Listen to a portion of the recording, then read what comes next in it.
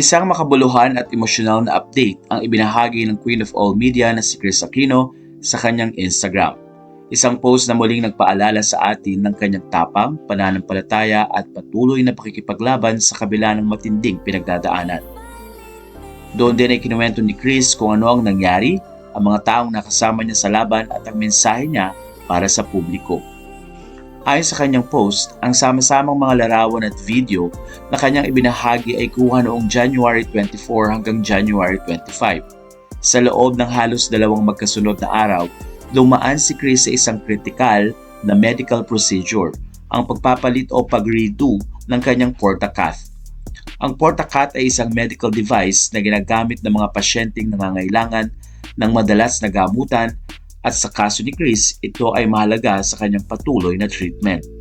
Bagamat hindi naging madali ang desisyon, sinabi ni Kris na pumayag siya na muling ipagawa ang procedure para sa kanyang kaligtasan at makatulong ito sa kanyang patuloy na paggaling.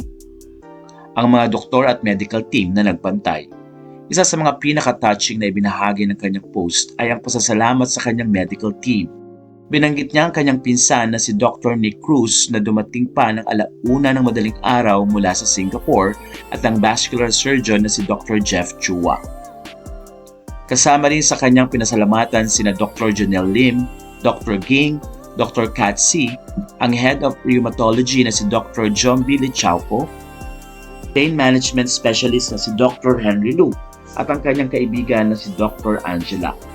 Hindi rin niya nakalimutang kilalanin ang kanyang personal nurses at ang buong nursing staff sa 16th floor ng nasabing ospital, operating room at recovery room na walang tigil na nagbabantay sa kanya kahit hanggang 4:00 ng madaling araw. Allergic reaction at mapanganib na sitwasyon. Ibinahagi rin ni Kris na nagkaroon siya ng allergic reaction matapos subukan ng isang bagong gamot, isang delikadong sandali na kinailangan ng agarang atensyon dahilan upang manatili siyang gising at bantayan ng gusto. Sa isang matapat na pahayag, sinabi niyang nakita niya mismo ang pag-agos ng kanyang dugo dahil hindi siya pinatulog sa buong proseso. Isang matinding karanasan pero nanatili siyang matatag. Karangalan para sa kanyang ina. January 25 ay ang kaarawan ng kanyang ina, ang yumaong presidente na si Cory Aquino. Ayon kay Kris, ang kanyang ina ay dumaan din sa maraming masasakit na operasyon at may hirap na desisyon, ngunit pinilit nitong manahimik at protektahan ang sarili nitong privacy. Si Kris naman ay piniling magbahagi ng mga larawan at video, ngunit malinaw niyang sinabi na hindi pa niya ibubunyag ang lahat ng detalye ng kanyang kondisyon.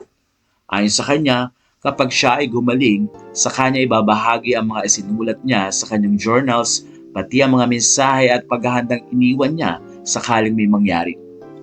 Pananampalataya, pasasalamat at tapang. Lubos ang pasasalamat ni Kris sa lahat ng patuloy na nagdadasal at nagmamahal sa kanya, pati na rin kina Senator Robin Padilla, ang aktres na si Erich Gonzalez, at ang celebrity makeup artist na si Arby Chanco na bumisita at dumalaw sa kanya. At isang pakiusap naman ang iniwan ni Kris. Ayon sa kanya, please change the #fighting to #brave. Hindi raw kailangang makita ng lahat kung gaano siya naghihirap. Ang mahalaga ay makita ng mundo na patuloy siyang nananalig sa Diyos at naniniwalang makakamit niya ang remission. Podcast plans at mensahe sa mga tagahanga. Sa kabila ng kanyang kalagayan, nagbigay rin si Kris ng nakakatuwang balita.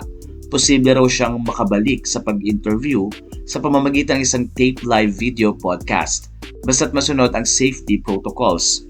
Tinanong naman niya ang kanyang mga followers, will you watch and subscribe? Isang birthday gift raw niya ito sa publiko, kasama ang posibilidad ng kanyang partial home tour. Ito ang pinakahuling update mula kay Kris Aquino, isang kwento ng tapang, pananampalataya at walang sawang pag-asa.